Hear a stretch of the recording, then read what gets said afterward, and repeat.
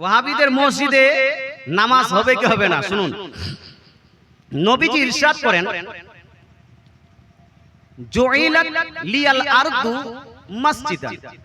আল্লাহ তাআলা রাসূল ইরশাদ করেন যে আল্লাহ তাআলা গোটা পৃথিবীকে আমার জন্য নামাজের জায়গা বানিয়ে দিয়েছেন। জোরে বলেন সুবহানাল্লাহ।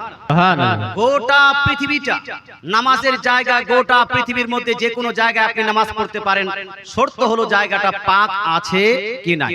কথা বুঝতে পারছেন? ওয়াহাবিদের মসজিদ, সেখানে যদি আপনার নাপাকি কিছু না থাকে, পায়খানা পেশাব যদি না থাকে, জায়গাটা যদি পাক পবিত্র হয়, মসজিদে যদি নাপাকি না থাকে, সেই মসজিদে যদি আপনি নামাজ পড়েন, কমপ্লিট নামাজ আপনার হয়ে যাবে। কথা বোঝা গেল? কমপ্লিট নামাজ হয়ে যাবে। ওয়াহাবিদের মসজিদ হলে যে নামাজ হবে না এইরকম বিধান নেই। তবে বিধান আছে এইটা, শুনুন, এদিকে ধ্যান দিন, এদিকে ধ্যান দিন, এদিকে ধ্যান দিন।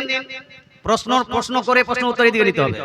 তবে বিধান হলো এই যে হুজুর ওয়াহাবিদের মসজিদে নামাজ পড়লে মসজিদের সওয়াব পাবো কি পাবো না? নামাজ তো হয়ে যাবে।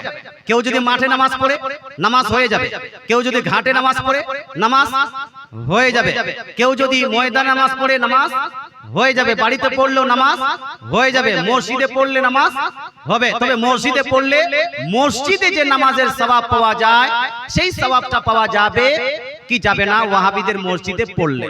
কথা বুঝতে পারছেন? এই ক্ষেত্রে বলা হবে যে ওয়াহাবিদের মসজিদটা নির্মাণ হয়েছে কিভাবে সেটা আপনাকে অ্যানালাইসিস করতে হবে, রিসার্চ করতে হবে। যদি ওয়াহাবিদের মসজিদ আকাইদে কুফরিয়া, যে কুফরি আকাইদ রাখে, ধারণ করে, তাদের টাকা পয়সা দিয়ে যদি মসজিদটা নির্মাণ করা হয় তাহলে সেটা মসজিদের হুকুমে আসবে না। কথা বোঝা গেল? মসজিদের হুকুমে আসবে না। কিন্তু আপনি অবশ্যই অবশ্যই সেখানে নেকি, আপনার ওই নামাজের নেকি পাবেন, নামাজ আপনার হয়ে যাবে।